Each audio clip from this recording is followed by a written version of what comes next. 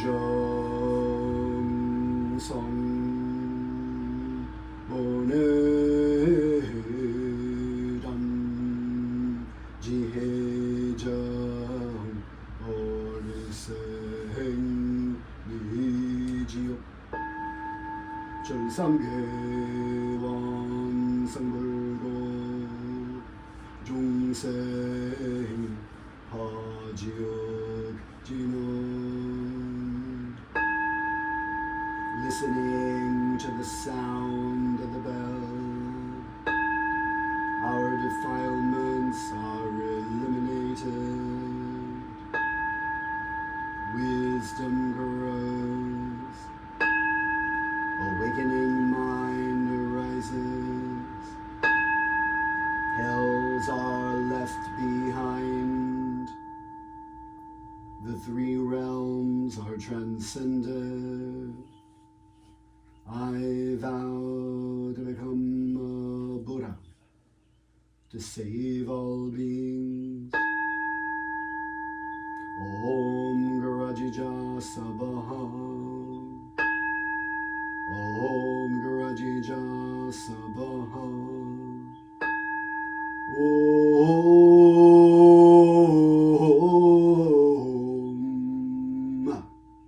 Garajija Sabaha.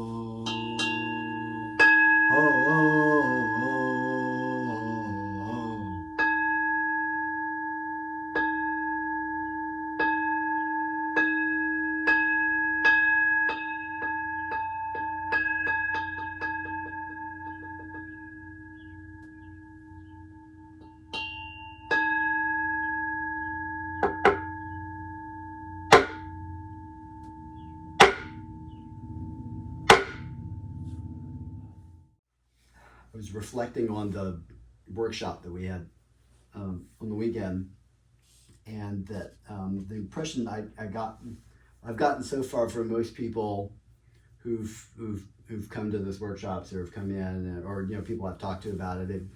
I've read a little bit. I've read this book. I read that book. I've taken out time. I've read a little bit.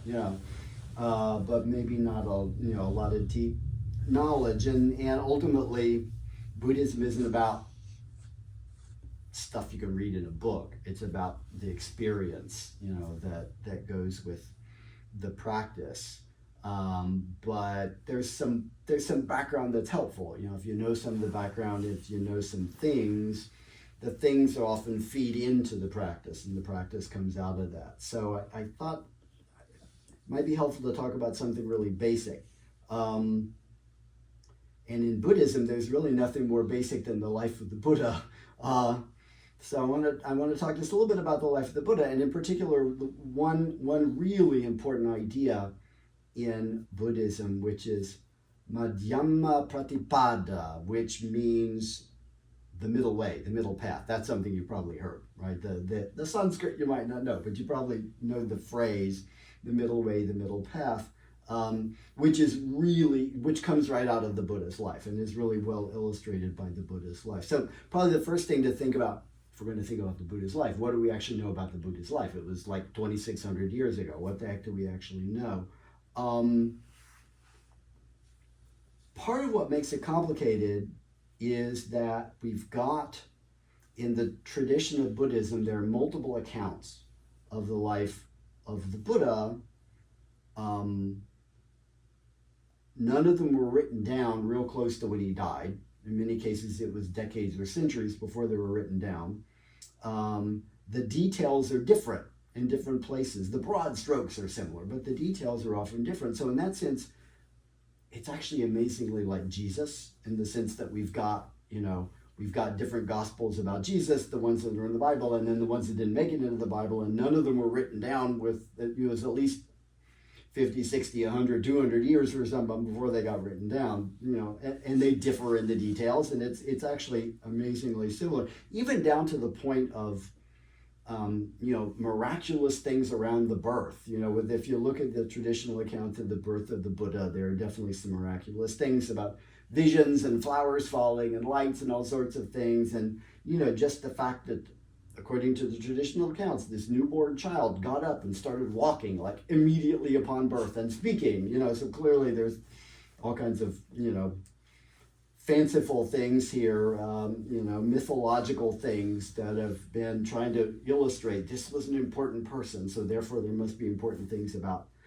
their life. So if we look at what it seems like we know, what these different accounts seem to say about the life of the Buddha, and how does that lead to this idea of this middle way or middle path? All the different accounts say he was a child of privilege. Often people say his father was a king and he was a prince and he grew up in this palace. That's overselling it a little bit. The part of India that he grew up in at that time was really a bunch of little republics. So it was probably more like his dad was an elected chieftain, right? And he grew up in the fanciest house around, but it was still 2,600 years ago. So calling it a palace would be a bit of a stretch. But he was definitely a child of privilege because his father was in a very powerful position and was this political leader. And also, like Jesus, there was a prophecy, right? Just like in the Bible, they take Jesus to the temple, and there's this person, this old couple, and they say, this is the Messiah and all this. Well, in the story of the Buddha, there's this prophecy, there's this soothsayer who comes in and takes a look at the child and looks at the child's body and marks on the child's body and says, this child is going to grow up to be either a great religious leader or a world-conquering emperor. And Dad says, well, I like the sound of that second one. I want my son to follow in my footsteps and be a world-conquering emperor. So what can I do to encourage him to go that way and not in the direction of, spirituality? And according again to the traditional accounts, the technique that Dad comes up with is, I'm going to protect this child from, anything upsetting. I want to make sure this child is completely happy. He's going to have a life of privilege. I'm going to raise him in a really cloistered way. I'm going to protect him from all kinds of signs of evil and suffering, and try to avoid anything that might push him in the spiritual direction and keep him in the direction of political power. And I'm going to teach him how to shoot with a bow and arrow and fight with a sword and be a great warrior, and all the kinds of things that were the stuff that people in his class and his group within the social structure of Indian society at that time tended to do. And so that's what happened. The traditional accounts say the Buddha was raised in this house and he was given fine food and surrounded by beautiful women and just sort of this life of privilege and luxury. And, that's what the traditional accounts say he was raised. And no knowledge of anything sort of upsetting or the hard parts of life. He was protected from all of those things. But he was a smart kid. And he started to realize, I'm really protected here. I don't know what's going on. I don't know what real life is like, actually. And he started wanting to sort of pestering Dad, let me out of the palace, let me go. I want to go see the real people. I want to see what life is really like. And Dad didn't want him to go and didn't want him to go. And again, different accounts have this different ways. Did he sneak out? Some accounts say he snuck out.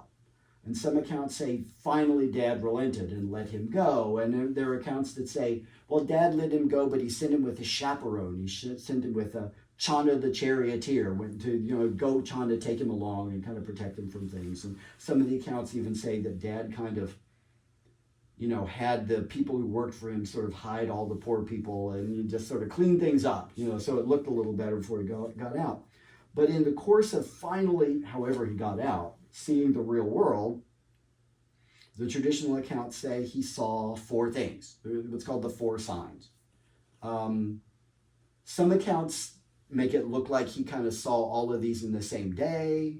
Some accounts make it like it was 4 different trips out and he saw these 4 different things. But he saw, and again, sometimes some of the accounts say Chanda the charioteer was with him and he starts talking to Chanda about what are these things that I'm seeing. So the first thing he saw was an old person. because he'd never seen an old person. What's with this person with the white hair, and they're kind of walking crooked, and they don't seem very spry, and what is this? What's the deal with this person? Because he'd never seen an old person. And then he saw a sick person, and he'd never seen a sick person. Why is this person lying on the ground and groaning, and why do they look bad, and their skin is a funny color, and what's the deal with this person? I don't know what's going on. And then he saw a corpse. He saw a dead body. And he didn't understand death, and he didn't know anything about death, and he didn't know anybody who died, and all this sort of stuff. And finally he sees a mendicant, a beggar, a holy man in his robes, sitting on the side of the road with a begging bowl. What's the deal with this person? Why is this person here? Why is this person, what's this person's life about? And he's talking to Chana about these things. And allegedly he didn't know about any of these things. He hadn't seen any of these things before, which is, I mean, that's Gretchen's incredulity, right? That if he's a smart kid, it's hard to imagine he wouldn't have encountered these things. So metaphorically, though, it's the idea of being protected, a life of privilege, not really realizing what real life is like. And so that brings the kind of what's the core idea that everything in Buddhism builds around, which is the word dukkha, which is usually translated as suffering, which is not actually the greatest translation in the world, but it's dissatisfaction, dis-ease. Literally, the word dukkha comes from, if you think about a cart or a wagon, the word dukkha is literally referring to, imagine that one of the wheels on the wagon is a little screwed up. So the ride is kind of rough. So you're on the wagon, and it's just, you can't get comfortable, because it's just, the ride is really rough. And life is like that. Life is a rough ride, where we can't sort of get in a groove. We can't get in a rhythm because, things happen, and people get sick, and people die, and bad stuff happens, and things are great, but then we lose the thing, and things break, and the great new car, but then the car breaks down, and depreciation, and blah, blah, blah. Even good things don't last. So that idea of dukkha, everything is about that. The Buddha was, why do these things have to happen, right? Why is life like this? Why is life so characterized by this dissatisfaction, this dis-ease, this suffering? The traditional accounts say that as part of his life of privilege, that the Buddha's father had married him off to this beautiful princess from a neighboring kingdom named Yasodhara, and that they were having a child. The child was named Rahula, which means fetter, which is kind of a weird thing to name your kid. But and again, the different accounts have different things about this child. Was the child already born? Was she still pregnant? How old was the child? Was the child just born? Whatever. And so different accounts have different things about this. But all of them say, after having these experiences, so seeing these 4 signs and realizing what life is really like, and especially seeing that mendicant, seeing that holy person who left home to go into the woods and to focus on spirituality and to focus on trying to figure things out. And the Buddha thinks, I should do that. I need to do that because this is freaking me out. This suffering thing is freaking me out, and I have to figure this out. So I should do that too. And again, the accounts have different versions of how this happened, how the home leaving, how he abandons his family, abandons his life, abandons his child, which from our perspective is horrible. I mean, from our cultural perspective, he abandoned his family. But in the context of his culture, by having that child, he kind of fulfilled his obligations. He'd given his wife a son who would take care of her when she was old, and he'd given his parents a grandson, to carry on the family name. So in some sense, he kind of fulfilled his filial duties already. And then the traditional accounts say he spent the next 6 years as a wandering beggar, as an ascetic, practicing these extreme austerities, these extreme practices of asceticism, extreme deprivation, sleeping very little, eating very little. Some of the traditional accounts say he got to the point of living on 1 grain of rice a day, which obviously, again, that's fanciful. You couldn't do that, right? But that's trying to just sort of metaphorically communicate the depth of the Buddha's commitment and the extremity that he went to. The traditional accounts say that he hooked up with these. There were lots of people doing this at the time in that culture. In northern India, they were called strivers. Going out, leaving their families, mostly men, going out into the woods, living in the jungle, begging for their food, focusing on spiritual things, engaging in various different kinds of spiritual practices. And he hooked up with a couple of different teachers who, he said, teach me your system. And they did, and then they said, you've really got this down, you're doing a great job. I want you to be my assistant. I want you to sort of be my second in command, and you can take over my school when I'm gone. And the Buddha realized, though, that what he'd learned so far, what he was doing so far, it made him feel better while he was doing it. It sort of calmed things down. But when he came out of these trance states and various things that he was learning about, the problems were still there. Right? It was just kind of temporary, and everything was still there. So it wasn't a cure. It just kind of toned things down. So the traditional accounts about his life, and again, they differ in the details, but all of them say that he went on he hadn't eaten for a long time. Some of the accounts say it had been 49 days. He had no food for 49 days, a 49-day fast. And he just kind of in exhaustion sat down under a tree. And this woman comes along named Sujata, and she has a bowl of rice and milk. And she actually has the rice and milk to offer it to the spirit of the tree, because in the local custom, that's what you did when you wanted to have a child, and she desperately wanted to have a child. So she brought the rice and milk to offer to the spirit of the tree. But then she sees this sickly-looking, scrawny, wasted away, skinny, starving man, and she offers him the food. So the Buddha, Siddhartha, eats this bowl of rice milk, feels a little bit better, and he's just trying to decide what to do. And he sits down under a tree. He's near a river, and he sits down under a tree, which is what today we call the Bodhi tree, and what's now called Bodh Gaya in India, near the bank of a river. And some of the traditional accounts say a boat goes down the river, and he hears on the boat 2 musicians talking, an older musician and a younger musician. And the older musician is teaching the younger musician about music and how music works, and he's got like a lute, like a guitar kind of an instrument, a stringed instrument. And the older music teacher is saying to the young student, you have to get the string to the right tightness, right? If you get it too tight, it'll break. But if it's too loose, then it won't play. It'll be too slack, and it won't make a nice noise. It won't make music. It won't make any sound. And that the Buddha connects to that idea of, well, as a child, I was too loose. And during these last 6 years, I've been too tight. And so I didn't get anywhere, and I didn't figure anything out, and I didn't accomplish anything. And that's where he gets to this idea of the middle path, right? The middle way, balance and moderation. Indulgence is bad and leads to suffering, because we get great things, but then we can't keep them, and everything wears out, and we lose the things that we have.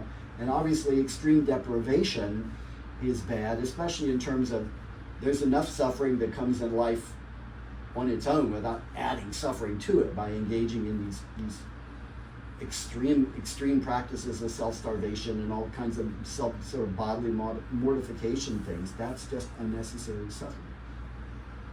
So the practice that comes out of this, again, this is an interesting story about the Buddha, but as an example of living, the lesson that comes out of it is that it should motivate us to think about our own lives, to be more intentional about the impact of our actions and the choices we make on ourselves, on everybody else around us, and all the beings in the world, and that idea of balance and moderation, and not being too extreme in the things that we do and the attitudes that we hold. So this is one of the places where the life story of the Buddha provides a useful lesson, right, about how we should think about our own lives. So that's just a really basic concept, this idea of madhyama pratipada, the middle way, the middle path, which people talk about so much in Buddhism, and almost anybody who's read anything about Buddhism has probably seen some reference to that idea. And you can see it coming right out of the life story of the Buddha. So this is one thing about the Buddha's life that we can think about ourselves, put into practice in our own life.